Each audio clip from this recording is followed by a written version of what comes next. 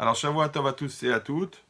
Donc, on rappelle que ce cours, il est dédié les Ilou Nishmato pour l'élévation de l'âme de Mardoché Mordechai ben Fortuné Tayeb, qu'Hachem élève sa neshama parmi les tzadikim d'Israël, et c'est sponsorisé par son fils, qu'Hachem, il lui amène de la bracha, du nacha, de la simcha, du bonheur, une parnassa facile, et qui puisse accompagner ses enfants à la choupa, avec Dusha Uftahara, avec les bonnes familles, au bon moment.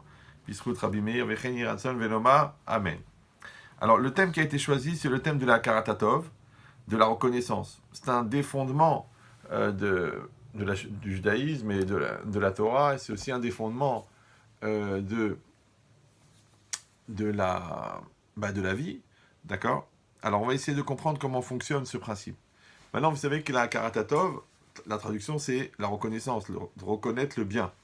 Maintenant, il faut bien comprendre que dans la réalité, la reconnaissance ne peut pas exister s'il n'y a pas eu de bonté avant. D'accord. Parce que la réaction naturelle à la bonté, c'est la reconnaissance. Donc, je vais reconnaître le bien qu'une personne m'a fait, et ça s'appelle la reconnaissance. Donc, la reconnaissance ne peut pas exister sans bonté. Mais la bonté, elle ne peut pas être appréciée si elle ne vient pas pour combler quelque chose, pour combler un manque. D'accord. Maintenant, que ça soit un manque réel parce qu'il y a un problème d'argent, ou un manque parce que j'ai faim et que tu me donnes à manger, ou alors même un manque d'affection, ou même un manque d'attention, quelqu'un de qui je m'occupe automatiquement, eh ben, ça s'appelle une bonté de lui donner de l'attention, des fois. Donc, et ça veut dire que la bonté ne peut pas, la reconnaissance ne peut pas exister sans bonté, et la bonté ne peut pas exister sans manque. Donc, par transitivité, la reconnaissance ne peut pas exister sans manque. Donc le manque, il est générateur automatiquement du besoin de combler ce manque. Et ça veut dire qu'Hachem, il a créé un monde où il y a des manques, ouais, et c'est nécessaire. Il y a des manques, et nous, on est là pour essayer de combler ces manques. Maintenant, après l'effet moteur qui existe entre la bonté et la reconnaissance, c'est-à-dire qu'il y a des gens qui ont des besoins, il y a des personnes qui ont des besoins, chacun, il a des besoins, ouais, mais pourquoi est-ce que on va dire le pendant de la bonté, ça doit être la reconnaissance. Ça veut dire qu'il faut qu'on soit capable de dire merci. D'accord. Maintenant, des fois, c'est dur de dire merci parce qu'on pense que la chose, elle est due. On pense qu'on a largement fait de quoi mériter truc. Des fois. Et puis en plus, est-ce qu'on peut exiger la reconnaissance? Est-ce qu'on peut dire à quelqu'un, c'est pas normal que tu dises pas merci? Ouais. Que tu sois pas là quand j'ai besoin de toi. Donc, est-ce qu'on peut être dans cette logique-là ou non? Il dit en vérité, l'idée, c'est que la akarata tov, si on décompose le mot akara, c'est reconnaître, d'accord, et tov, c'est le bien. Maintenant, on a expliqué déjà 1,5 million de fois pour les redoublants que tov, ça veut pas dire, en vérité, ça veut pas dire bien, ça veut dire complet, d'accord. Ça veut dire quelque chose qui est complet. Et complet, ça veut dire que automatiquement, il y a des facettes à l'intérieur. Il y a des facettes positives, des facettes négatives, des facettes qui me font plaisir, des facettes qui me dérangent. Maintenant, quand on dit Akaratatov, ça veut dire que je dois être capable de reconnaître le complet, comme quelqu'un. Maintenant, tu dois l'aimer complètement. D'accord. Même le maire, qui n'est pas spécialement religieux, le jour du mariage à la mairie, il t'a dit vous êtes mariés pour le meilleur et pour le reste. Donc ça veut dire quoi? Ça veut dire que le reste fait partie de la personne. Et d'ailleurs, les problèmes commencent dans un couple quand les gens commencent à faire le tri. D'accord. Ça j'aime bien, ça j'aime pas. Non, en fait, c'est un package. Tu prends une personne, c'est un package. Tes enfants, c'est pareil. Tu dois les aimer entièrement, sans condition. D'accord. Et ça s'appelle reconnaître le bien, c'est-à-dire reconnaître le complet. Comme dans la vie, il y a des bons côtés, il y a des mauvais côtés. Qu'est-ce qu'ils font les gens? Ils se concentrent sur les bons côtés. Du coup, quand il y a des mauvais côtés, il faut une dépression. Alors qu'en vérité, ça n'a aucun sens. Puisque la vie, c'est pas un rayon de lumière, ouais, qui va tout droit d'un bout à l'autre de l'univers. La vie, c'est une onde. D'accord. Et une onde, par définition, elle monte, elle descend, elle monte, elle descend. Donc des fois il fait beau, et puis des fois il fait moche. Et puis des fois ça marche le business, et des fois ça marche pas. Et des fois avec ta femme ça colle du premier coup, et puis après des fois c'est difficile. Et des fois ton fils il comprend, et puis des fois il comprend pas. Donc tout ça, ça fait partie. Maintenant les gens qui n'acceptent pas, en fin de compte, la globalité, ouais, de la vie, qui n'acceptent pas toutes les facettes de la vie, ils ont des souffrances, ils ont des problèmes. Pourquoi? Parce que quand tu es focus sur un côté, automatiquement l'autre tu le vois flou, donc ou tu es dans le déni, ou alors tu es dans la souffrance, parce que tu es dérangé par ce que tu refuses. Alors que de toute façon, c'est depuis le départ. C'est comme si le gars il dit, ah, je vais faire du ski, mais la vérité, il fait froid. Ben, bien sûr, c'est la montagne, il fait froid. Ben, pourquoi il y a des blousons, il y a des gants, il y a des bonnets, il y a des lunettes? Parce qu'il fait froid. Ah, tu dis, non, mais moi, j'aurais voulu la température de la Martinique. Mais non, s'il y avait la température de la Martinique, il n'y aurait pas de neige. Donc ça a l'air débile comme ça, ouais. Mais c'est dans tout, c'est pareil. Quelqu'un, il veut faire du business. Ben, il y a du stress, et ben, il y a du danger, et il y a un risque de perdre de l'argent. Ah non, non, moi je voulais un truc tranquille, sympathique, qui me rapporte beaucoup, mais sans prendre de risques. Alors tu restes à la caisse d'épargne, baba. Tu prends ton livret A et c'est tout. Donc c'est impossible que, et même tous les gens qui font du placement vous le diront, que plus le risque est grand, plus le rendement il est grand. Donc tu ne peux pas avoir un rendement grand sans risque. Et ben dans toute la vie, c'est pareil. Ça veut dire qu'il y a toujours, dans une situation, il y a des choses qui font plaisir, il y a des choses qui dérangent. Et là, ça devient encore plus intéressant. Pourquoi? Pourquoi c'est nécessaire, encore une fois, d'avoir la reconnaissance, maintenant vous avez compris, Tov, du complet, c'est-à-dire d'accepter une situation dans son complet. Pourquoi? Parce que si vous réfléchissez bien, à chaque fois que vous voulez atteindre un projet, à chaque fois que vous voulez atteindre un niveau, à chaque fois que vous voulez réaliser quelque chose, il y a toujours une partie qui vous intéresse, ben c'est ce qui justifie votre investissement, et il y a toujours une partie qui vous dérange, d'accord? Par exemple, quelqu'un, il veut devenir un vrai Talmid Chacham, un vrai érudit dans la Torah, il faut qu'il sacrifie au moins 10 ans de sa vie, enfin qu'il investisse 10 ans de sa vie. Quelqu'un, il veut faire de l'argent dans l'immobilier, il faut au moins 15 ans, c'est normal. Ben, les premiers biens, les biens qui s'amortissent, les hypothèques, et hop, c'est normal. Quelqu'un, il veut construire un couple, ça prend minimum 10 ans. Quelqu'un, il veut avoir des satisfactions de ses enfants éduqués, ça prend au moins 18 ans. Donc en vérité, les choses, elles prennent du temps. Maintenant, la difficulté, ouais, si tu veux être Talmid Chacham, donc ces heures d'études, si tu veux être bon en maths, c'est des années d'études et des cahiers, des stylos et des nuits blanches. Donc ça veut dire qu'en vérité, ce qui te dérange, si tu réfléchis bien, ce qui te dérange dans un choix, en fait, c'est ce qui permet d'atteindre le résultat que tu recherches. C'est ce qui t'a attiré dans ce choix, ouais, ce que tu veux atteindre, eh ben, tu es obligé de passer par ce qui te dérange pour l'atteindre. Donc en vérité, ça veut dire que l'accessibilité au bon côté de ton projet, il est par le mauvais côté de ton projet. Ça veut dire que c'est en luttant contre ce qui te dérange que tu atteins ce que tu veux obtenir. Et dans tout, c'est pareil. Ouais. Comme dans le couple. Toi, tu veux atteindre l'union, tu veux la communion, tu veux la solidarité, tu veux l'unité. Alors, il faut enlever l'égoïsme, l'orgueil, la bêtise, la psychorigidité, la maroquinerie, la tuniserie, tout ce qui empêche l'unité. Donc, ça veut dire quoi? Ça veut dire qu'il faut sacrifier des choses pour atteindre quelque part. Et dit cette logique-là, comme j'ai dit souvent dans les cours, pour atteindre un amour commun, il faut détruire deux amours propres. Maintenant, tu es prêt, toi, à remettre en cause ton amour-propre, ou tu dis non, je suis comme je suis, je ne changerai jamais, ma mère, elle m'a toujours aimé, ok, mais ton père, il a quitté la maison à cause de toi, oui, c'est vrai. Donc, ça veut dire quoi? Ça veut dire que la personne, elle comprend qu'il y a du bon, il y a du mauvais, et qu'en fait, les deux sont nécessaires, puisque c'est grâce au mauvais qu'elle atteint le bon. C'est-à-dire que c'est en luttant contre le mauvais, c'est en se battant avec le mauvais, c'est en sublimant le mauvais qu'elle atteint le bon. Mais encore une fois, pour être capable d'atteindre le bon, on a dit qu'il faut passer par le mauvais. Mais d'abord, il faut comprendre qu'il y a du mauvais. Et donc, il faut accepter qu'il y a du mauvais. Maintenant, comment on appelle accepter qu'il y a du mauvais? C'est que dans une situation, il y a du bon et du mauvais. Le bon et le mauvais s'appellent le complet. Le complet s'appelle le tov. Donc, akarata tov, ouais, vous avez compris maintenant, ça veut dire reconnaître la dimension complète de la situation. Donc, c'est pour ça qu'on doit aimer entièrement notre conjoint. Ouais, on doit aimer entièrement notre enfant. Toujours les grands-mères, je me rappelle, quand les premières années, les premiers bébés ont changé la couche, bon, on était un peu dégoûtés parce que ce qu'on trouvait à l'intérieur, c'était pas forcément des diamants.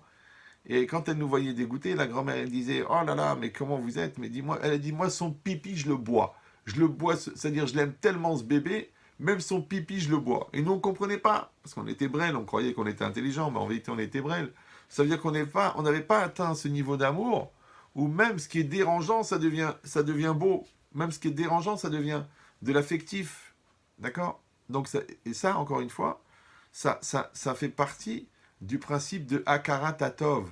Donc ça veut dire que, on a dit, puisque un chesed, une bonté, ne peut exister que parce qu'il y a un manque, donc nous, on croit qu'il y a un manque, et vite, vite, vite, on veut combler ce manque, vite, vite, on veut trouver une solution, vite, vite, on veut éliminer le problème.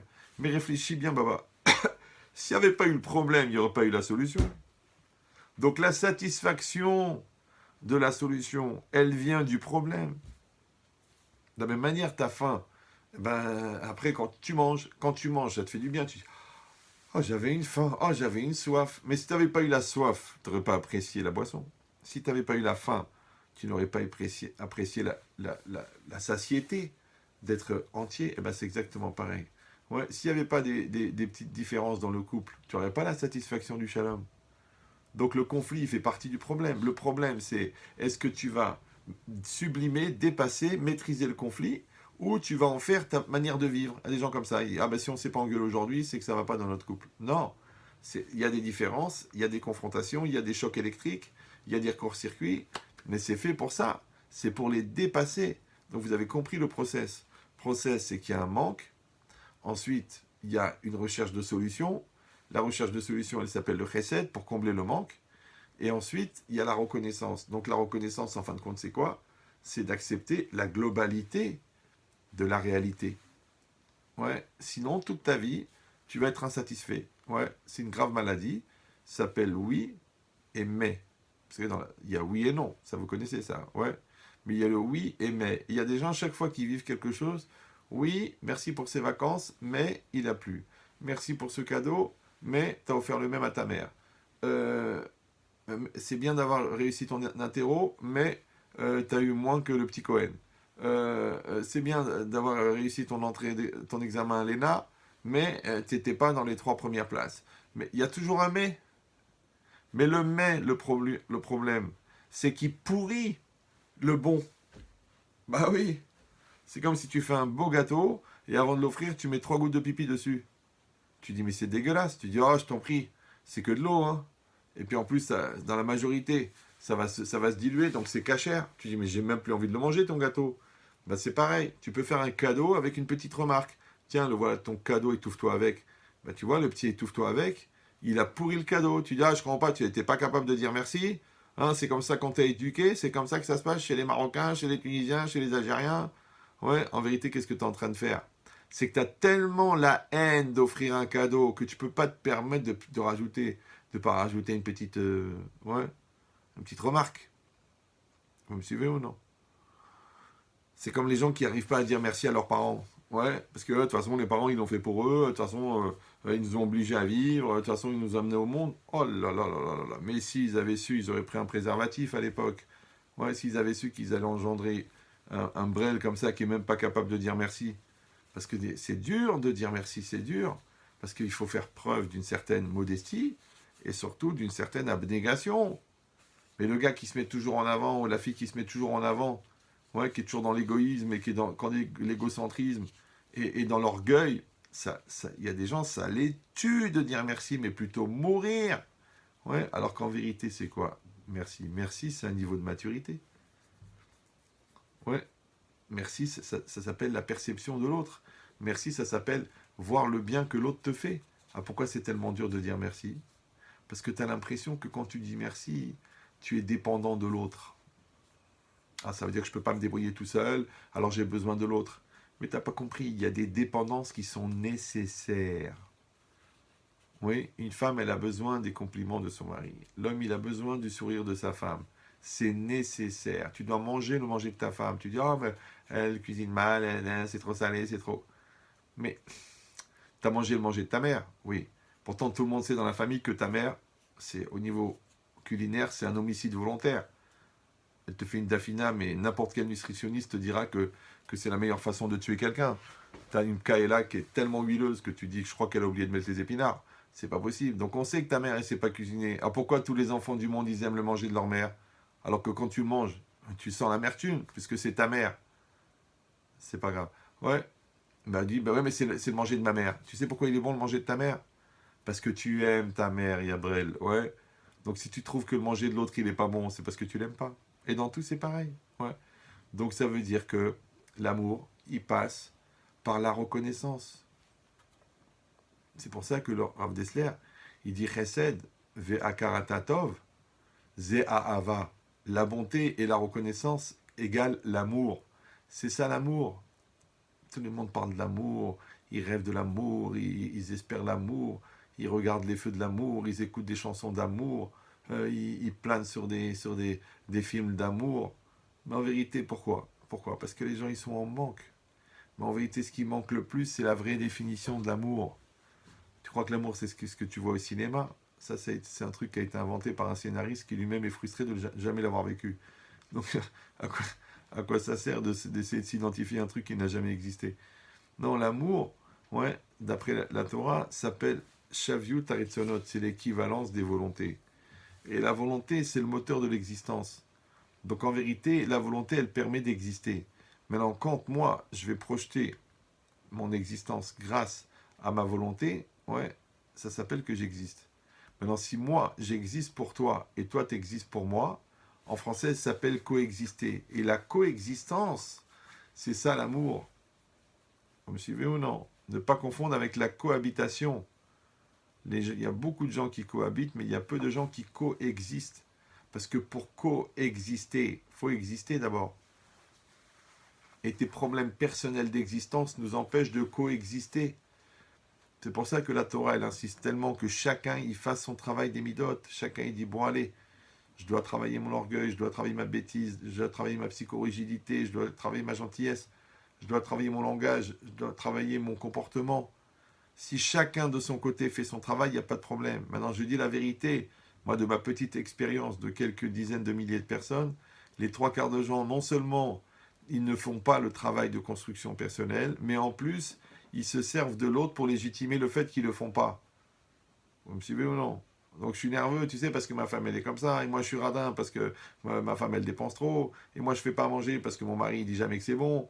Donc chacun, il est nul grâce à l'autre. Ça fait un groupe de nuls, un club de nuls. Non, toi, tu dois être bien de toute façon pour toi. Au-delà du fait que tu dois l'être pour ta femme et pour ton mari et pour tes enfants, tu dois être quelqu'un de bien. Si tu as un problème de colère, va te soigner. Prends des calmants, travaille tes midotes. Ne dis pas je suis coléreux parce que tout le monde m'énerve. Non. Maintenant, quand toi, tu fais ton travail et elle fait son travail, alors on peut commencer à parler d'amour, c'est-à-dire une rencontre mature entre deux adultes. Mais si on est dans les pulsions, dans les nerfs, dans les gros mots, dans le manque de respect, dans la tromperie, dans les mensonges, qu'est-ce que tu veux encore dire à part ça, je l'aime pas? Mais qu'est-ce que tu veux? Comment tu peux aimer quelqu'un avec qui tu n'as aucun lien?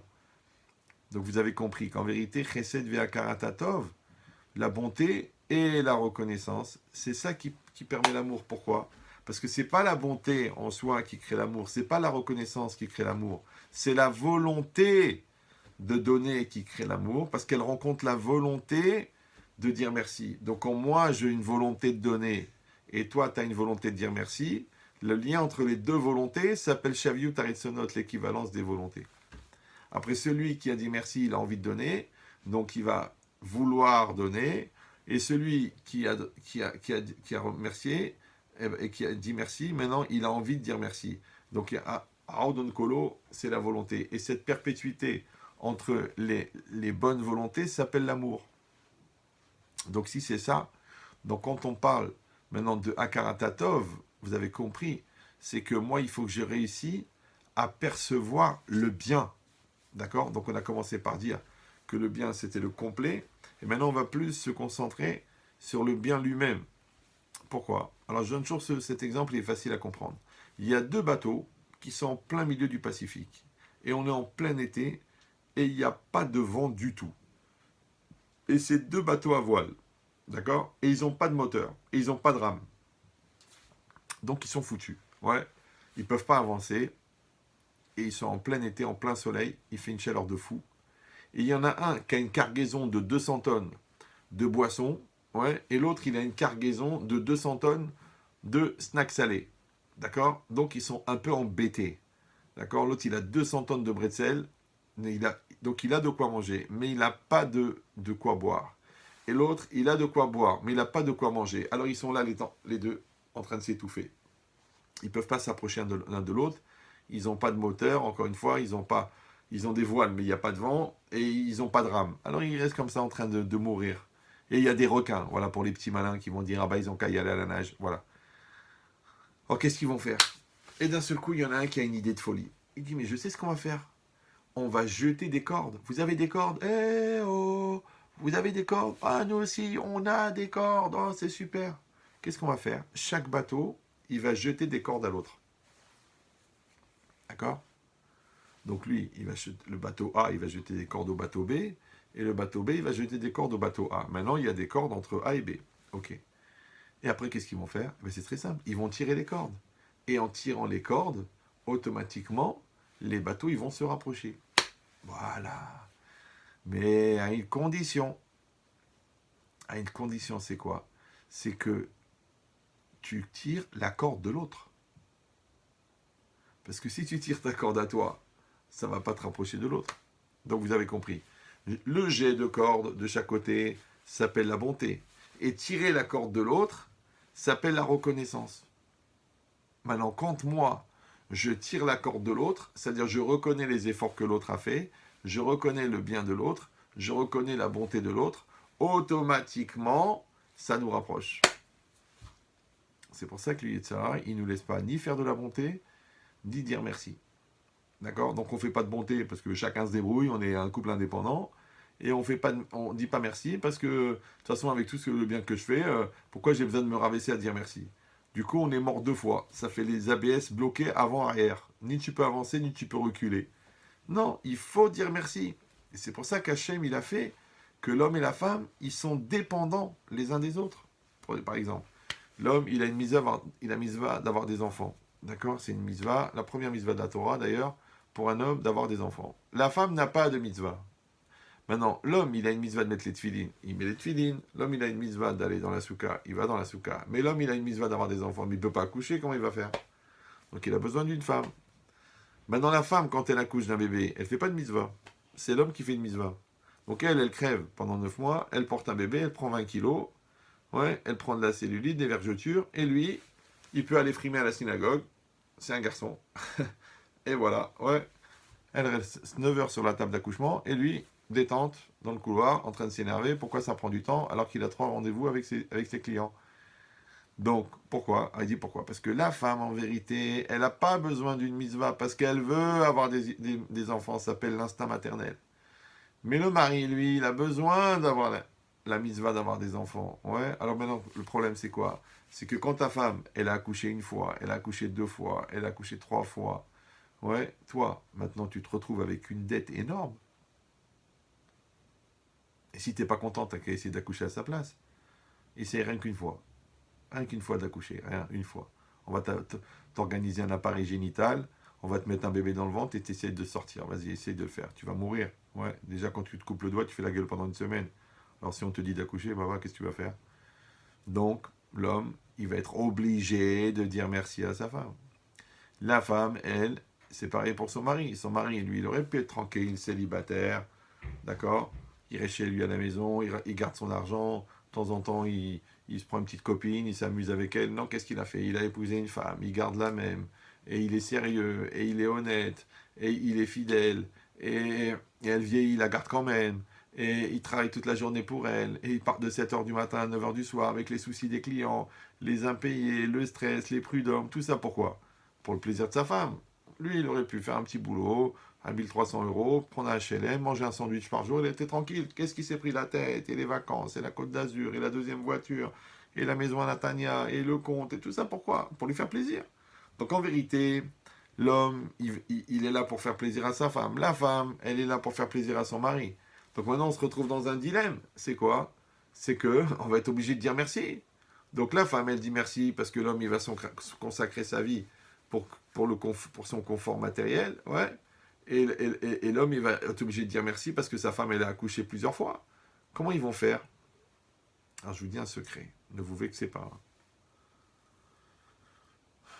En vérité, ce sont des dettes qu'on ne peut pas rembourser. Tu peux pas. Comment tu vas rembourser un accouchement? Genre, tu offres un diamant ou là un sac Chanel. C'est 5 minutes, ça, c'est rien. Ok, c'est cher. Tu mets un truc, tu prends un beau sac à 25 000, pas une imitation de Rimini. Ouais, tu prends un beau sac, mais tu dis quand même c'est beaucoup d'argent.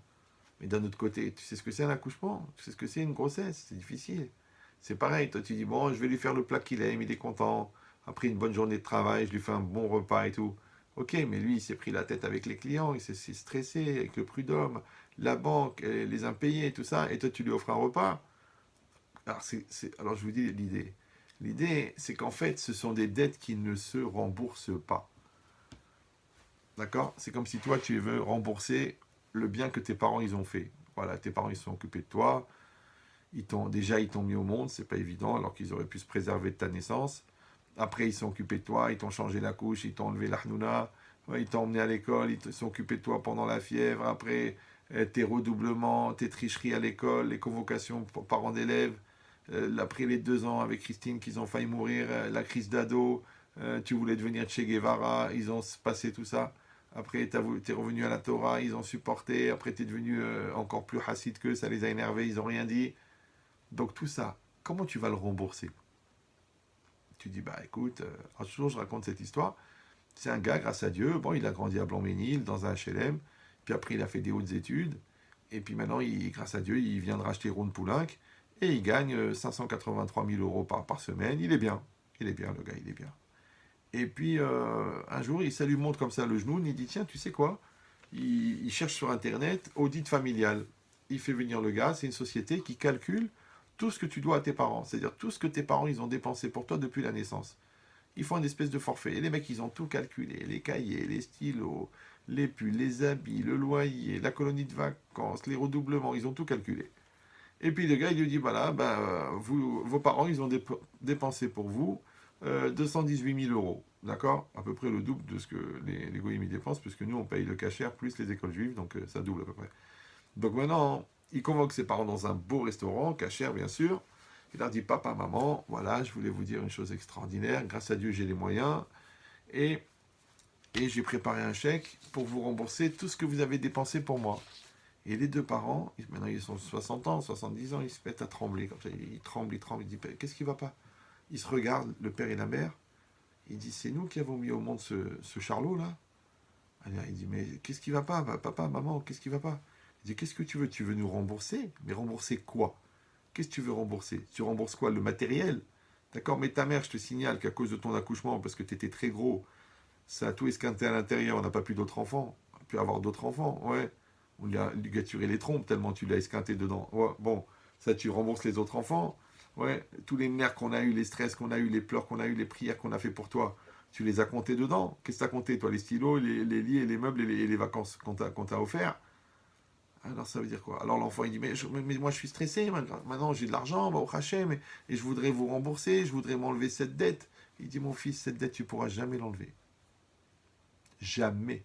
Alors mais quoi, il n'y a pas un moyen de se débarrasser de ce stress là, de se dire que je suis redevable, j'ai envie d'être tranquille. Ouais, moi quand j'achète la voiture, je paye cash, quand je prends une usine, je paye cash. Je veux pas me stresser avec les banques qui m'appellent pas. Alors vous c'est pareil, j'ai une dette, je veux payer. Il dit ça se rembourse pas. Il y a une seule manière de rembourser les parents. C'est quoi? C'est que tu deviens exactement l'enfant qu'ils voulaient que tu sois. Et qui peuvent être fiers de toi. Ils disent, ah, notre fils, grâce à Dieu, voilà, il est sérieux, il a son métier, il est tzaddik, il est chacham, il s'occupe bien de sa famille, il respecte sa femme. Voilà, ça y est, on est remboursé. Mais si t'es un pauvre type, si c'est un nul, si t'es un tordu, si t'es un menteur, si t'es infidèle et tu amènes 200 000 euros, quoi, tu crois que ça nous rembourse quelque chose? Donc vous avez compris l'idée. L'idée, c'est qu'il y a des dettes qui sont faites pour ne pas être remboursées. Pourquoi? Parce que tu dois te sentir redevable. Pourquoi? Parce que de se sentir redevable, ça fait que tu vas continuer à être investi par rapport à la personne. Tu vas continuer à faire du bien à la personne. Et c'est ça le kibboud avaim. Ouais, que quand toi tu étais jeune, ils se sont occupés de toi. Maintenant qu'ils sont vieux, tu vas t'occuper d'eux. Ah, tu dis, bon, mais ils sont vieux, j'ai pas le temps, j'habite juste en face, c'est compliqué. T'as pas compris encore. Eux aussi, ils auraient pu se débarrasser de toi. Ils auraient pu te mettre dans un orphelinat, te déposer devant une synagogue ou devant une église. Non, ils l'ont pas fait. Ah, pourtant, t'étais bébé, tu comprenais rien. T'étais pas un kiff d'avoir un bébé, qu'il faut le changer la couche et l'arnouna. Ben, c'est pareil, maintenant ils sont vieux, peut-être même ils sont fatigués, peut-être même ils sont grabataires. Tu sais quoi, peut-être même ils sont Alzheimer. Ouais, et ils te reconnaissent même pas. Et alors quoi? Alors tu dis, ah ben, puisqu'ils me reconnaissent pas, ça vaut pas la peine que j'y aille. Non, tu vas et tu leur tiens la main. Même si tu dis qui vous êtes, monsieur, c'est ton obligation. Pourquoi, quand tu étais bébé, toi, tu leur as dit merci, tu les as reconnus, tu leur as parlé, tu leur as amené du plaisir? Non. Donc ça veut dire qu'il y a un effet miroir dans la reconnaissance qui crée une obligation. Et cette obligation, en vérité, elle crée la chaîne du système. Parce que toi, tu t'occupes, eux, ils sont occupés de toi quand tu étais petit, et toi, tu t'occupes d'eux quand ils sont vieux. Et le système, il fonctionne. Mais qu'est-ce qu'ils ont fait les gens? Ils ont dit non, non, non, non, non, comme on a de l'argent, les enfants, on s'en occupe pas, on les met chez la nounou, d'accord? Et les parents, quand ils sont vieux, on les met dans une maison de repos, là, un mouroir, ou là. Ouais. Pourquoi? Parce qu'ils veulent pas, les gens, ils veulent pas se prendre la tête, ils veulent pas. Mais t'as pas compris. C'est pas que tu as trouvé une solution pour pas te prendre la tête, c'est que tu as raté une opportunité de payer ta dette, tu as raté une opportunité de faire ton devoir.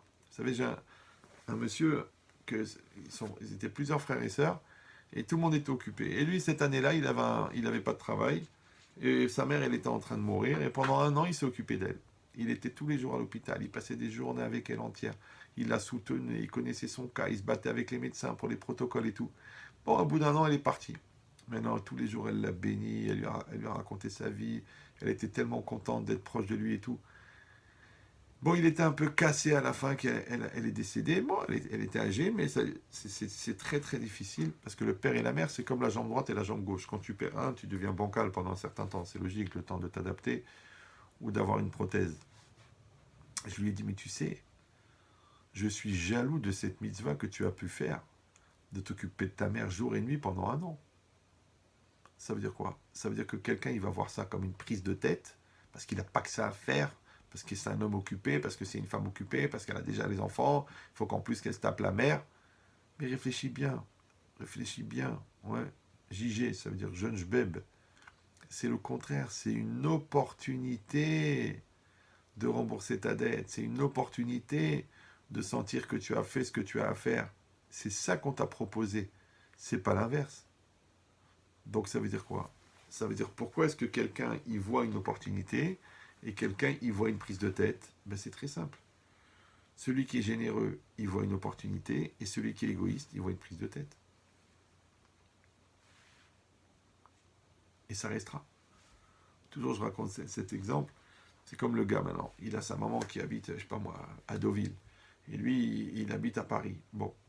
Et puis la mère, elle lui téléphone à 4h30 du matin.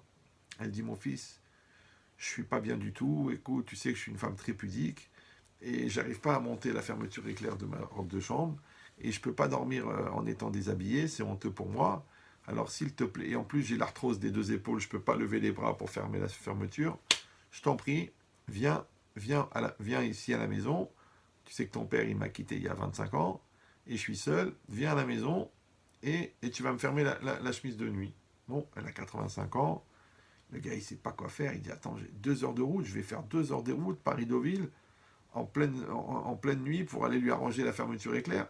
Qu'est-ce que tu veux qu'il fasse? Il va appeler les pompiers, il va appeler le SAMU, évidemment. Alors qu'est-ce qu'il fait? Il prend sa voiture, il roule comme un fou, et il arrive. D'accord? Il est parti à 4h30, il arrive à 6h30. Il a la clé, bien sûr, parce qu'elle vit seule. Il ouvre la porte et il la trouve Ragda. Elle dort bien. Elle dort. Et la chemise de nuit, bien sûr, elle est fermée comme il faut. Et il y a un petit papier, il y a marqué je t'en prie chérie, merci d'être venu, mais finalement je me suis débrouillée toute seule, à demain, ne fais pas de bruit, tu sais que j'ai le sommeil léger.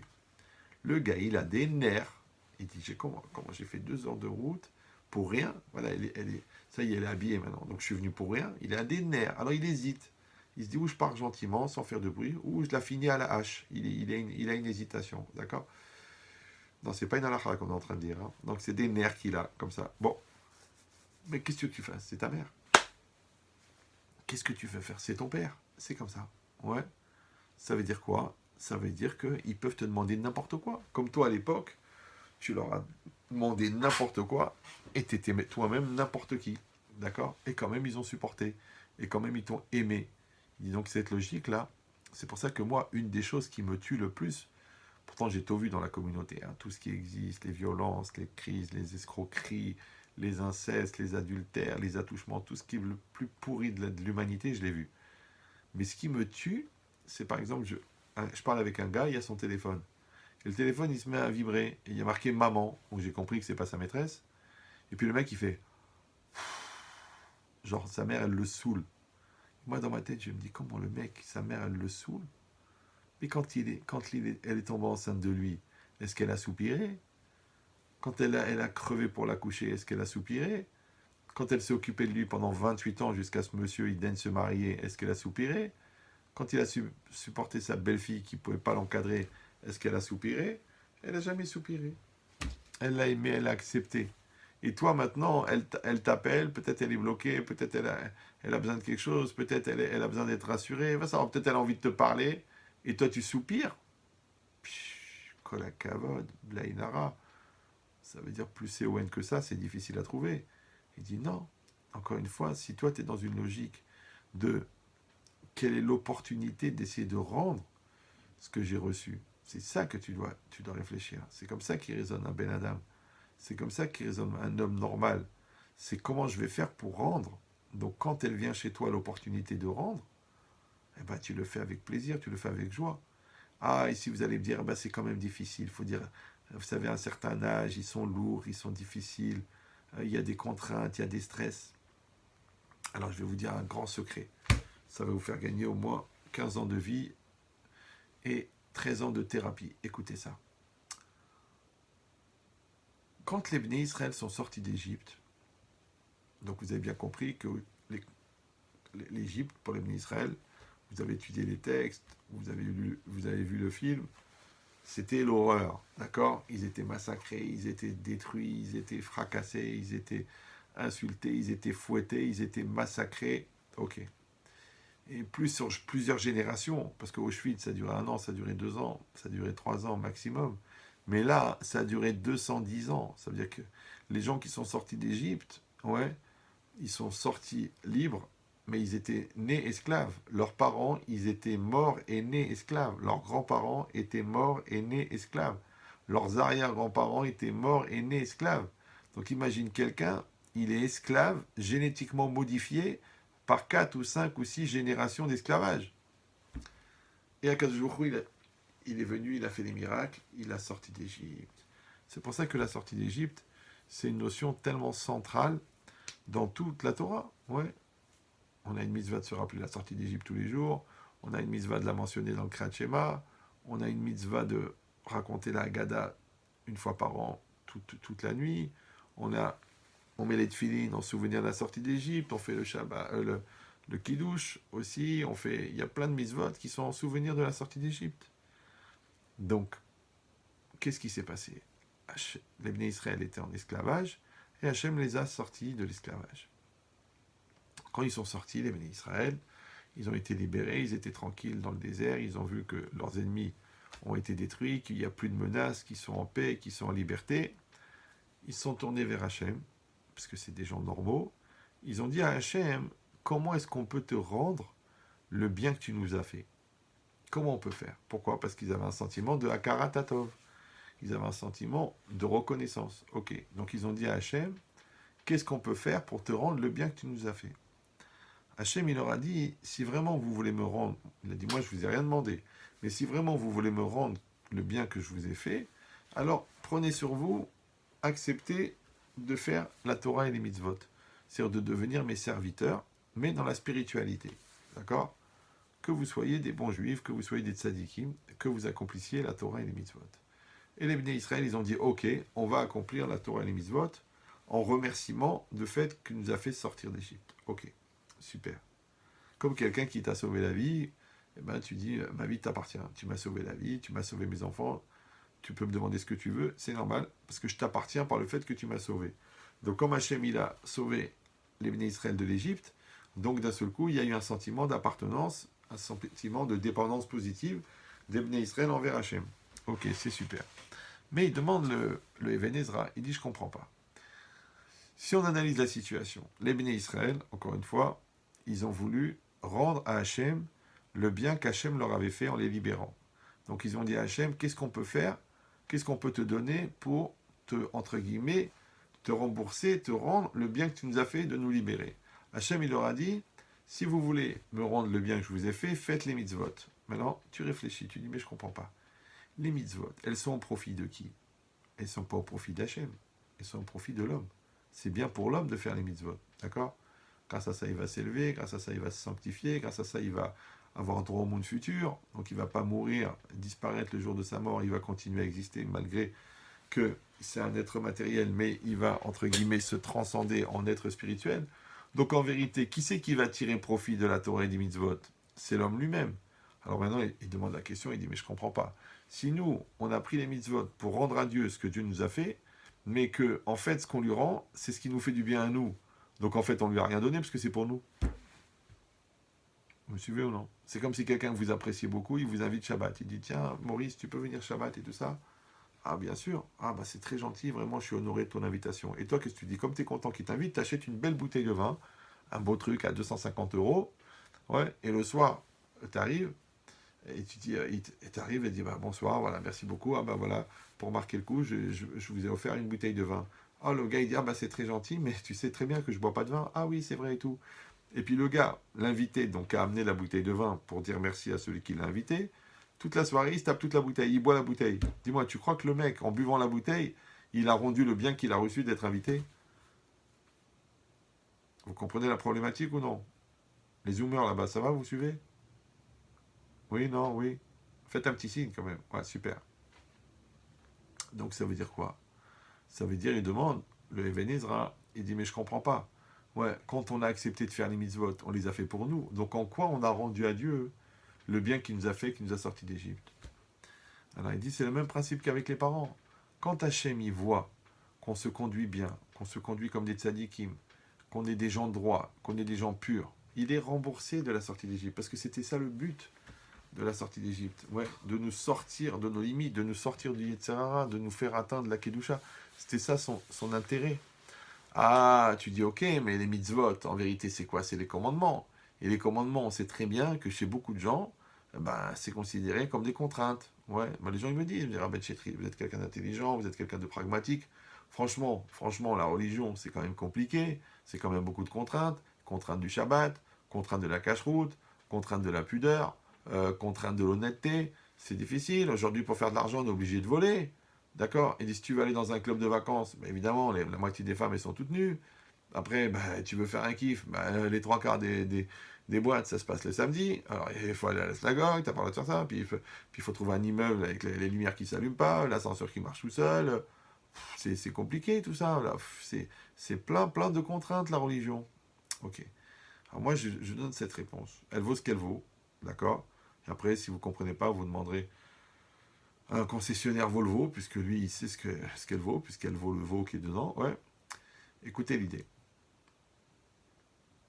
Quand quelqu'un t'a fait du bien, il y a une expression en français, malheureusement qui est de moins en moins utilisée, parce qu'on vit dans une société d'égoïstes, ouais, c'est que quand quelqu'un t'a fait du bien, ouais, on dit en français, je suis votre obligé. On s'adresse à la personne et on dit je suis votre obligé. D'accord? Genre, vous m'avez sauvé de la banqueroute en me prêtant 100 000 euros, je suis votre obligé. Je sais pas, vous m'avez sauvé mon enfant parce que vous l'avez soigné comme il fallait et tout ça, et grâce à ça, elle a survécu. Je suis votre obligé. D'accord? Vous êtes rentré, vous avez trouvé les kidnappeurs et vous avez sauvé mon fils d'un kidnapping. Tu dis aux flics, je suis votre obligé. D'accord? Mais c'est quoi cette expression, je suis votre obligé? Ça veut dire que moi, je suis obligé par rapport à vous. Maintenant, ce qui est intéressant, et ce qui est troublant au niveau analyse psychiatrique, c'est que toute la dimension angoissante et anxiogène de l'obligation, ouais, quand tu dis ah ben c'est obligé, ah ben je suis obligé, et c'est interdit, et je me sens mal, et puis j'aime pas les contraintes, et j'aime pas qu'on m'oblige, et j'aime pas le stress, d'accord? Vous voyez, toute la dimension anxiogène et angoissante de l'obligation n'existe pas dans cette situation où tu es en face de quelqu'un qui t'a fait du bien et que toi tu lui dis je suis votre obligé. Ça va? Vous comprenez ce que je dis ou non? Alors comment ça se fait que dans cette situation-là où tu dis je suis votre obligé, il n'y a pas de connotation angoissante et anxiogène de l'obligation dans l'expression je suis votre obligé? Ah ben c'est ça le chidouche. C'est ça l'enseignement. En vérité, l'enseignement, c'est que quand moi, je dis à quelqu'un je suis votre obligé parce que j'ai conscience du bien qu'il m'a fait, la dimension angoissante de l'obligation disparaît. Vous suivez ou non? C'est-à-dire que la Akaratatov, La reconnaissance, elle enlève la dimension angoissante. Parce que si quelqu'un il m'a sauvé ma fille, s'il me dit marche à pied jusqu'à Tombouctou, ça ne me stresse pas. Si quelqu'un il m'a sauvé le kidnapping et il me dit il me faut 50 000 euros, je dis mais maman je te les donne avec plaisir, tu m'as sauvé mon fils d'un kidnapping. Ouais, donc ça veut dire quoi? Ça veut dire que la dimension négative de l'obligation, de la contrainte, elle vient du manque de reconnaissance. Donc il y a deux enseignements ici. Premièrement, ça veut dire que les gens qui se sentent contraints par une obligation envers quelqu'un, ça prouve qu'en fait c'est avant tout des égoïstes. Parce que s'ils n'étaient pas égoïstes, ils auraient conscience de la reconnaissance. Et la conscience de la reconnaissance, elle annule la dimension angoissante de l'obligation. Ça va? Premièrement. Et deuxièmement, l'effet inverse, c'est que le fait de savoir que je dois quelque chose à quelqu'un, ça va me développer mes forces de manière pratiquement illimitée, puisque moi je veux rendre. Ouais. Donc c'est pour ça que la dimension angoissante, elle disparaît. Il n'y a plus d'obligation. C'est pareil. Maintenant, si ta femme, elle te dit, je t'en prie, descends dans la voiture, j'ai laissé les sacs, ne dis pas, je suis pas obligé. Parce qu'elle, elle n'était pas obligée de porter les bébés. D'accord? Si ton mari te dit, écoute chérie, ce mois-ci, fais un peu attention. Je peux plus te donner les 5 000 euros par semaine d'argent de poche, je vais te donner que 4 000. Elle dit, ah non, je m'en fous, tu te débrouilles, mon père, il m'a jamais manqué. Ok, mes chéris, on est un peu serré, c'est difficile. Tu sais, on a 12 000 euros de loyer, on a 6 000 euros de scolarité, on a un leasing sur la Range Rover, sur la Aston Martin, sur la Mercedes. Alors je t'en prie, fais un peu attention quand tu vas aller à l'hypercachère et chez Charles Traiteur. Essaye de ne pas dépenser 3 000 euros par Shabbat. Non. Ouais. Donc si tu n'arrives pas, parce que tu te sens étouffé, tu te sens contrainte, tu as deux problèmes. Premier problème, c'est que tu n'es pas solidaire de ton mari. Deuxième problème, c'est que tu ne reconnais pas tout le bien qu'il a fait pour toi. Donc en vérité, la logique, c'est qu'il y a d'un côté le bien et d'un côté le mal. Et que normalement, le mal, il doit douanier le bien. Maintenant, si toi, quand on te demande de faire un effort pour rendre le bien, tu considères ça comme du mal, c'est parce que tu n'as pas de reconnaissance. Donc la reconnaissance, elle enlève la négation. Elle enlève le poids des choses. Ouais. C'est comme dans la vie. Je dis quand tu prends une valise, d'accord? La valise, elle pèse 12 kilos. 12 kilos, c'est un certain poids. Maintenant, si cette valise de 12 kilos, tu la portes à bout de bras, au bout d'un quart d'heure, tu as les bras qui tremblent, même si tu es baraqué. Mais si tu la prends à bras le corps, tu la portes comme ça, ouais, tu la trouves légère. Tu la sens pas. Pourquoi? C'est une loi physique. Comme c'est collé à toi, donc ça, il y a beaucoup plus de muscles qui vont participer. Donc elle est noyée dans les forts musculaires. Par contre, si elle est à bout de bras, il y a les bras, les avant-bras, les épaules et les pectoraux qui travaillent. Du coup, ça fatigue beaucoup plus vite. Maintenant, tu as bien compris que cette valise, en vérité, c'est quoi? C'est le poids de la vie. Si le poids de la vie, le poids de l'autre, le poids de la réalité, tu le portes à bout de bras parce que tu te sens obligé, que tu ne peux pas faire autrement, puisque tu l'as épousé, que chez toi on ne divorce pas. Donc tu portes la vie à bout de bras, ouais, elle est lourde. Au bout d'un moment, tu te mets à ne plus la supporter. Mais quand tu la portes à bras le corps, d'accord, tu t'investis entièrement, tu fais un avec la chose, tu fais un avec la personne, tu la sens pas. Ça s'appelle la différence entre porter et supporter. Donc quand tu portes, ça veut dire que tu es solidaire de la chose, parce que tu as mis ta volonté dedans. Quand tu supportes, ça veut dire que tu es obligé de porter, mais tu ne veux pas porter, donc tu dois supporter. Vous me suivez ou non? Maintenant, porter ou supporter, on a dit, c'est une question de volonté. Donc quand tu es motivé, tu portes, quand tu n'es pas motivé, tu supportes. Je ne sais pas si vous me suivez. Ça veut dire qu'en vérité, le poids de la vie, la difficulté du couple, la différence de l'autre, les obligations envers les enfants, les obligations envers la société, les obligations envers la Torah. En vérité, si c'est bien vécu ou mal vécu, c'est juste une question de motivation. Vous me suivez ou non? Quand tu es motivé, c'est comme quelqu'un qui aime son travail. Il prend un café le matin jusqu'à 8h du soir, il n'a même pas faim, tellement il aime le travail. Il voit que ça marche, ça coule, ça truc. Par contre, quelqu'un qui n'aime pas le travail, et c'est pas son travail, et que c'est pas son projet, et que c'est pas sa vie, et qu'il le fait que pour l'argent, eh ben, au bout d'un moment, il se fatigue, et il traîne, il reste 3 heures à la machine à café, 4 heures aux toilettes, 5 heures, il se trompe de correspondance, il arrive en retard. Pourquoi? Parce qu'au fond, il veut pas y aller. L'autre, il veut pas travailler. L'autre, il veut pas se marier. L'autre, il veut pas aimer. Alors, il doit supporter, il doit supporter. Mais réfléchissez bien. Ça s'appelle la relativité. Demandez à Albert, il va vous expliquer. Ouais. Quelqu'un qui trouve que c'est trop salé. Ouais. Et qui trouve que c'est pas bon ou qu'il n'y a pas assez à manger. Ouais. Moi, mes enfants, je leur dis comme ça. Moi, je leur dis, pensez au camp de la mort. Une fois, il y en a, il a visité Auschwitz. Il a dit, je comprends pas. J'ai été à Auschwitz, il y a de l'herbe partout. Mais quand on voit les photos des camps de la mort, il n'y a jamais d'herbe sur les photos. Pourquoi? Le déporté, il a dit, mais parce qu'on l'a mangé, baba, l'herbe. Ils buvaient leur pipi dans les wagons. Tu crois que l'herbe, ils l'ont pas mangé? Bien sûr qu'ils l'ont mangé. Alors tu dis, alors, quand ta mère ou ta femme, elle te fait un plat, ne dis pas c'est pas bon. Tu penses à Auschwitz, mais tout est bon. Tu te régales. Dans tout, c'est pareil. D'accord? Donc quand tu vois qu'il y a des obligations à faire les enfants, mais tu vois la satisfaction que tu as, hop, ça se noie, ça passe. Donc en vérité, ça veut dire quoi? Ça veut dire que l'arma, l'angoisse, le stress, et peut-être même la pression, et même la dépression, ben oui, même la dépression, parce qu'une pression au singulier, dépression au pluriel, d'accord? Mais les pressions, ils viennent d'où? Du mal vécu de la réalité. Le mal vécu de la réalité, il vient pourquoi? Un, parce que tu n'es pas adapté. Deux, parce que tu n'as pas envie d'assumer. Donc, la difficulté à assumer, elle vient du manque de reconnaissance. Et comme il n'y a pas de reconnaissance, il n'y a pas de motivation. Comme il n'y a pas de motivation, c'est vécu comme une pression. Et une pression cumulée, ça fait dépression. Ça veut dire que la reconnaissance, elle te soigne de la dépression. Je ne sais pas si vous me suivez.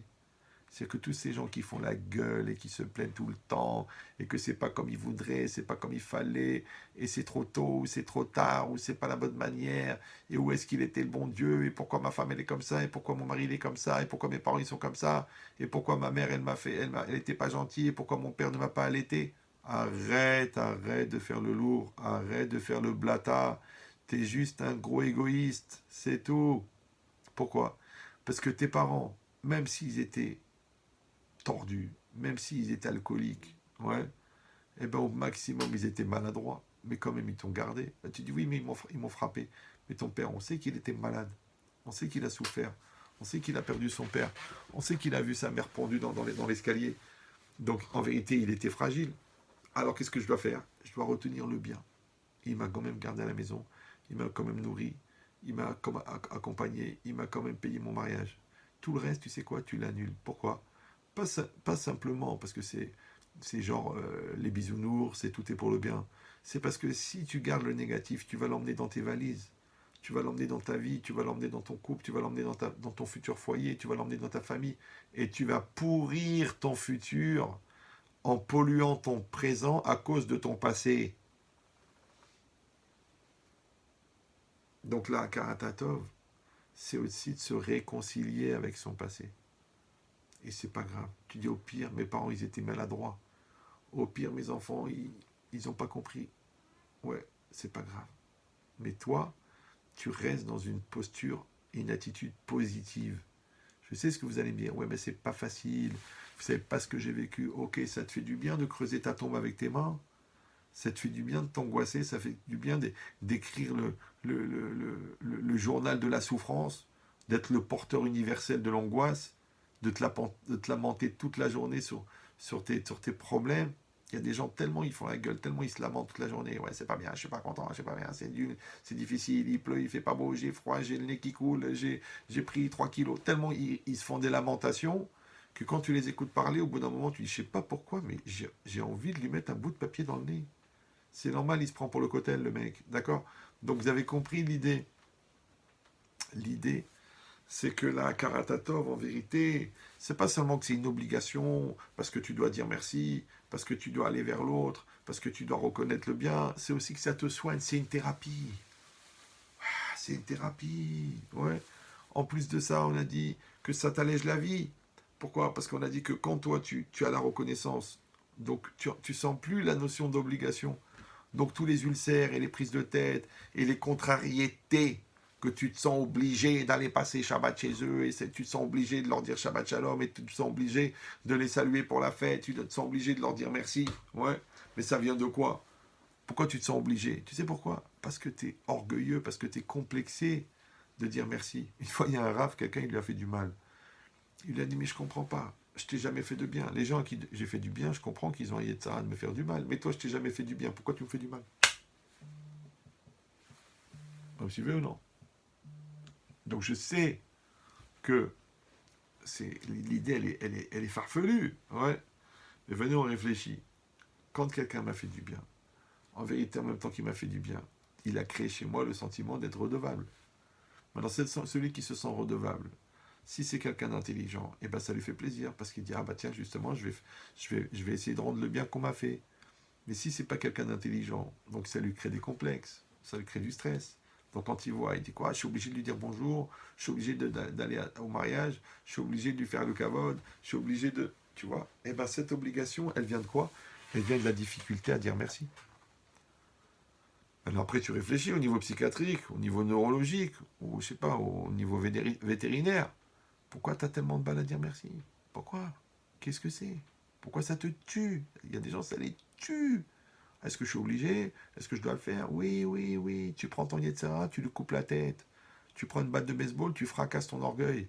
Et quand tu es en petits morceaux, tu vas et tu dis merci. Merci. Et c'est très bien. Et tu vas voir que tu vas te sentir mieux. C'est normal, parce que qui paye ses dettes s'enrichit. Ouais. Mais il y a une dette qui s'appelle se sentir redevable. Tu payes ta dette. Et tu te sens bien. Et tu verras que plus tu grandis, plus tu deviens mature, plus tu deviens intelligent, plus tu deviens adapté, plus tu deviens tzaddik, et plus c'est facile. Donc dans cette logique-là, ouais, vous avez compris pourquoi est-ce que la Torah, elle a été donnée sur la base de la reconnaissance.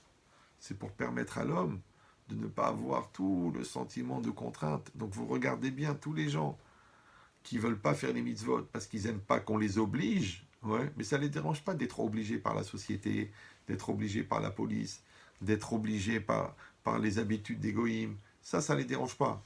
Mais d'être obligés par Dieu, ça les dérange. Mais c'est normal, Boba. Parce que Dieu, c'est celui qui t'a donné le plus. Donc c'est à lui que tu dois le plus dire merci. Donc la difficulté à dire merci à celui qui t'a donné le plus, elle vient juste du fait que toi-même, ouais, tu as un tel Yetzerara d'ingratitude. Oui. Réfléchis, un gars, il t'a tenu la porte, tu lui dis merci. Alors un gars qui t'a prêté 1000 euros, tu lui dis pas merci. Un gars qui t'a sauvé ton couple, tu lui dis pas merci. Un gars qui t'a sauvé tes enfants, tu lui dis pas merci. Ah, tu dis écoute, il a fait son métier, il avait ce qu'il a fait à faire. Il n'était pas obligé. On est obligé de rien. Tu sais quoi, on n'est même pas obligé de vivre. On n'est même pas obligé d'être intelligent. On n'est pas obligé d'être... On est obligé de rien. Ouais. Ce que dit moi chacun d'être Ambrel.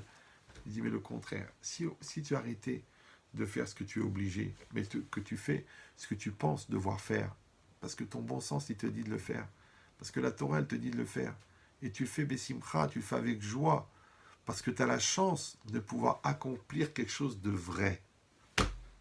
D'accord? Quelque chose de vrai. De vivre dans le vrai, ça nourrit. De vivre dans le faux, ça tue. Pourquoi cette société-là, il y a tellement de malades? Pourquoi les gens ils prennent tellement d'alcool? Pourquoi ils prennent tellement de drogue? Pourquoi ils prennent tellement d'antidépresseurs? Vous savez qu'on est, les Français, on est les recordman européens de la consommation des antidépresseurs. Je ne sais pas si vous me suivez. Mais ça vient de quoi? Ça vient du fait que les gens ils sont mal dans leur peau. Alors pourquoi ils sont mal dans leur peau? Vous savez pourquoi? Parce qu'ils sont égoïstes.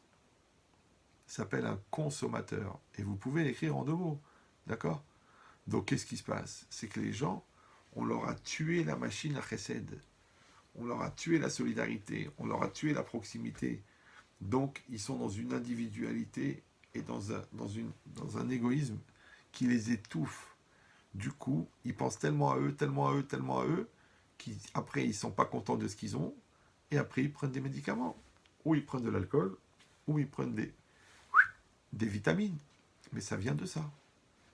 Donc quand la Torah, elle vient, elle te dit, occupe-toi de l'autre, investis-toi pour l'autre, aide la Torah, aide les institutions, aide ton voisin, tu le vois, ton voisin, il n'a pas de quoi manger, va faire les courses, pose-lui le sac devant la porte.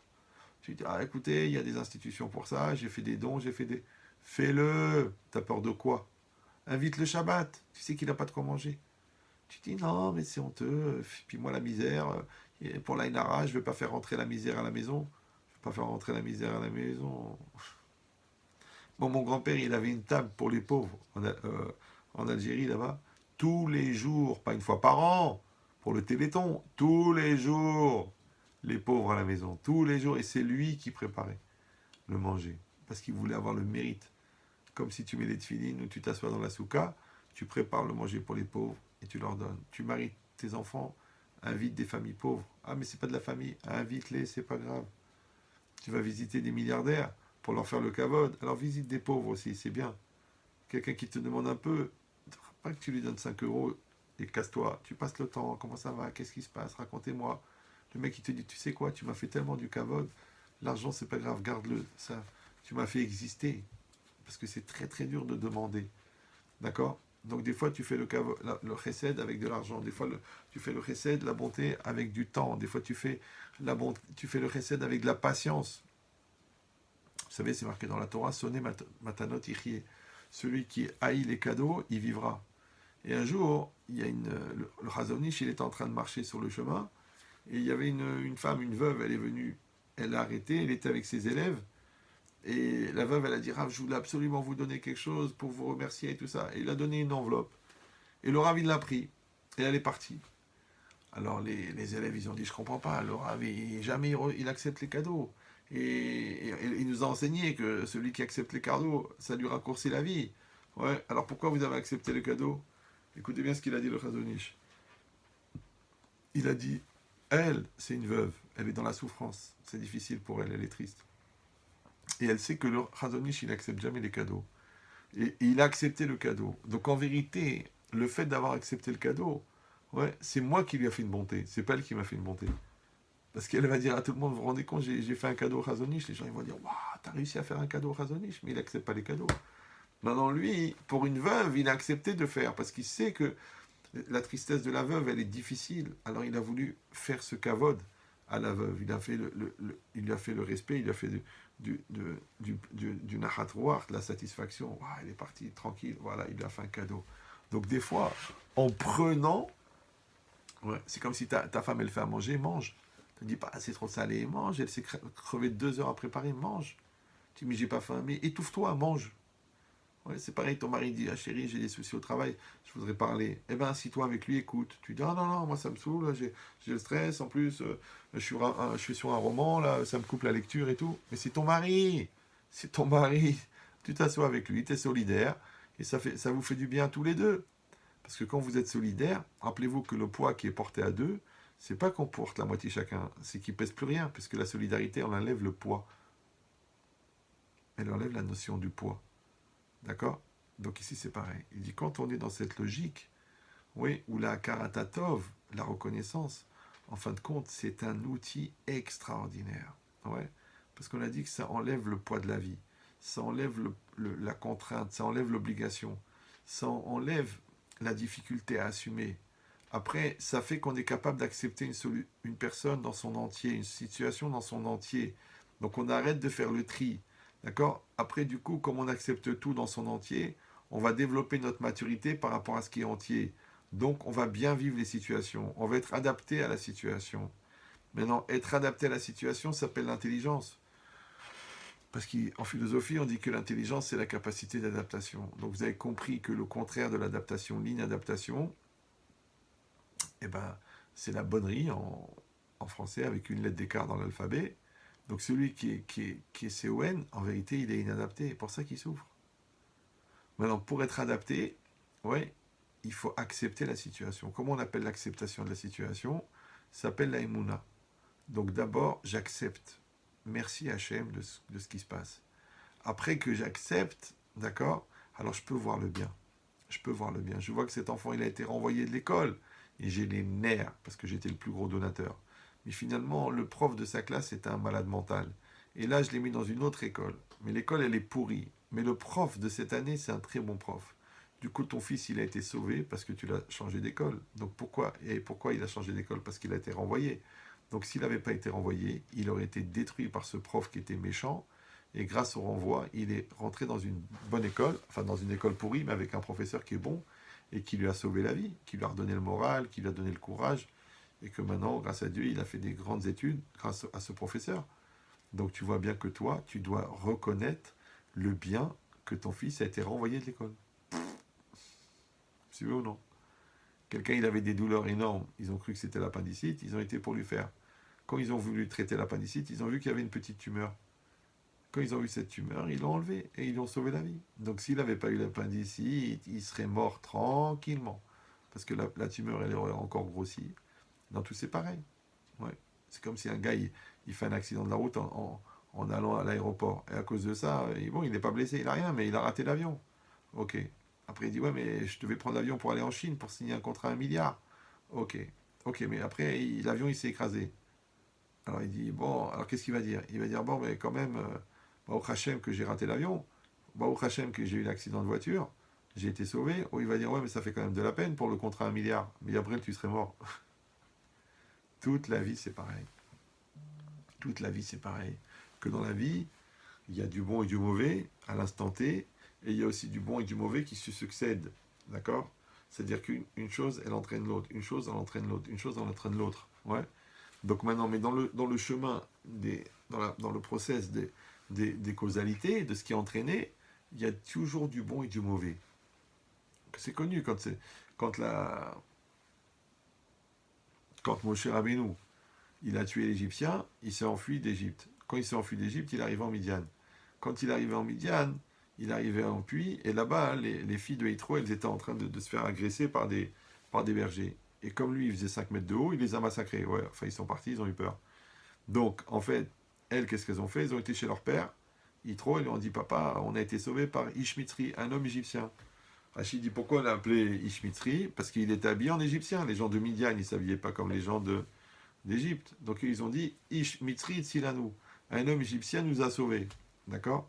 Mais Rachid, il dit qu'en fait, c'est un midrash, qu'il y a une allusion, qu'en fait, ils n'ont pas été sauvés par Moshe Rabbeinu, ils ont été sauvés par l'Égyptien. Bah oui, parce que s'il n'avait pas tué l'Égyptien, il ne serait pas enfui, il ne serait pas enfui, il ne serait pas arrivé à temps. S'il n'était pas arrivé à temps, c'est eux qui auraient été en danger. D'accord? Ah, tu dis oui, mais attends, mais il a tué l'Égyptien, parce que l'Égyptien, il frappait le Juif. D'accord? Donc, bah, au Hachem, il a frappé le Juif. Après, tu dis oui, mais il a frappé le Juif parce que le Juif, il s'est battu avec lui. Et pourquoi il s'est battu avec lui? Parce que l'Égyptien, il abusait de la femme du Juif. Alors tu vas dire, bah, au Hachem, que l'Égyptien, il abusait de la femme du Juif. Tu te rends compte le calcul? Vous me suivez ou non? Parce que l'Égyptien, il abusait de la femme du Juif. Donc le Juif, il s'est énervé, il a frappé l'Égyptien. L'Égyptien, il a frappé le Juif. Moshe, il a vu un Égyptien qui frappe un Juif. Donc il a tué l'Égyptien. À cause de ça, il s'est enfui. Il est arrivé, il a sauvé les filles de Yitro. Eh ben, c'est exactement pareil. Quand tu vois les liens dans la chaîne des causalités, d'accord? Quand tu vois l'effet domino, eh ben, il y a des dominos qui sont blancs et des dominos qui sont noirs. Il y a des choses qui sont magnifiques et des choses qui sont difficiles. Et pourtant, ça a amené quand même à du bien. Et c'est bien de réfléchir à ça à la veille de Purim, parce que quand tu lis la Megillah, ouais, si tu lis chaque événement de la Megillah séparément, d'accord? Comment il s'appelle? Aman, il a été nommé, enfin, il a fait condamner Vashti, mais s'il n'avait pas fait condamner Vashti, si Vashti, elle avait accepté de venir toute nue, au festin, elle aurait pas été condamnée à mort. Mais comme elle a refusé de venir, elle a été condamnée à mort. Si elle n'avait pas été condamnée à mort, le roi, il n'aurait pas changé de reine. S'il n'avait pas changé de reine, Esther, elle ne serait pas rentrée dans le palais. Si Esther n'était pas rentrée dans le palais au moment où il y a eu la xéra, le décret de destruction de tous les juifs, elle n'aurait pas pu sauver les juifs. Donc pour que les juifs soient sauvés par l'intervention d'Esther, il fallait qu'Esther, elle rentre dans le palais en tant que reine, et il fallait pour ça que la reine Vashti, elle meure. C'est pour ça que le nom de Dieu n'apparaît pas dans la Megillah. Parce que, en fait, c'est comme si on est assis avec Hachem en dehors et on regarde l'histoire. Maintenant, l'histoire de la Megillah, on la lit en 20 minutes. Ouais. Mais vous savez combien de temps elle a duré en tout? 9 ans. 9 ans. D'accord? Maintenant, chaque personne qui a vécu cette histoire-là, elle-même séparément, elle dit, bon, il y a eu un complot contre le roi, Mordechai, il a entendu, il l'a raconté, après Aman, il voulait absolument détruire le juif, après Mordechai, il était, Hachvérosh, il était ok, après la reine Vashti, elle n'a pas voulu, après Esther, elle est rentrée là-bas, après. Mais si tu prends séparer les éléments, séparément, tu dis, bon, c'est anodin, mais si tu les mets tous sur une seule ligne droite, mais c'est de la folie. Donc en vérité, Purim, ouais, si tu réfléchis bien, c'est la fête de la Karatatov, c'est la fête du remerciement. Parce que les Bnei Israël, ils ont vu de leurs yeux tous les miracles qui ont été faits. Et donc quand on lit la Megillah, aussi, nous aussi, on doit réfléchir à cette notion de reconnaissance. C'est pour ça que c'est une fête de joie. Or, la joie de Purim, elle est plus grande que la sainteté de Kippour. Parce qu'on dit, le Zohar, il dit Kippurim, ouais, Yom à Kippourim, c'est quoi? C'est Yom Keppurim, c'est comme Purim. La seule différence, c'est que à Purim, à Kippour, eh ben, la Teshuvah, elle se fait par le regret des avérotes et des fautes et les pleurs, alors qu'à Purim, la Teshuvah, elle se fait par la Simcha. Donc on se souhaite à tous de passer un Purim de joie et que ce Purim de joie, il soit basé entièrement sur la reconnaissance. Et chacun autour de lui, il voit avec tout ce qui se passe aujourd'hui dans le monde, tout ce qui se passe en Israël, tous ces malades et toutes ces choses, ouais, qu'il y a de quoi se plaindre, mais il y a aussi de quoi dire merci, que Baruch Hashem, tous les gens qui survivent, tous les gens qui traversent, tous les gens qui trouvent des solutions, tous les gens qui sont aidés, et que Baruch Hashem, ils arrivent à avancer, donc ils doivent dire merci. C'est qu'en fait, on devrait dire merci toute la journée. C'est pour ça que le premier mot qu'un juif il dit en se réveillant, c'est Modé Ani. Je suis reconnaissant à Dieu. Et c'est comme ça qu'il faut s'endormir, en disant merci Hachem. Et tous les jours de sa vie, répéter jour après jour, merci. Merci à nos conjoints, merci à nos enfants, merci à nos parents, merci au pays qui nous accueille, qui nous protège, merci à Israël d'exister, merci à Dieu. Donc si on dit merci, alors je vous donne un secret. Celui qui est occupé à dire merci, il n'a pas la tête à dire des reproches. Vous me suivez ou là? Voilà. Donc, je rappelle que ce cours était dédié les Ilun Nishmat de Mordechai Mardoché Ben Fortuné Tayeb, Kachem Elef Saneshama, parmi les tzadikim d'Israël. Maintenant, Michael, est-ce que ça dérange si je rajoute d'autres noms? Est-ce que tu peux me faire un signe, Michael? Bon, il a disparu. Alors, juste, je rappelle, pour ceux que ça intéresse, que je peux faire les autres noms? Bien sûr, bien sûr. On va le faire. Juste, je rappelle, parce que là, je vais couper le Zoom et je vais couper le Facebook et le YouTube. Mais je rappelle que les gens qui voudraient sponsoriser des cours pour la réussite de quelqu'un, pour l'élévation de l'âme, pour la refoua, pour la réussite de leurs enfants, eh ben, qu'ils m'envoient un email ravyechia, RAVYEHIA, @hotmail.com, pour que Bezrat Hashem on réussisse encore à continuer cette mission. Donc ce soir, on était 142 en direct sur Facebook et 149 sur YouTube. Ça va, c'est sans compter les milliers de vues de ce soir et qui vont continuer toute la semaine. Voilà. Merci à vous. Que du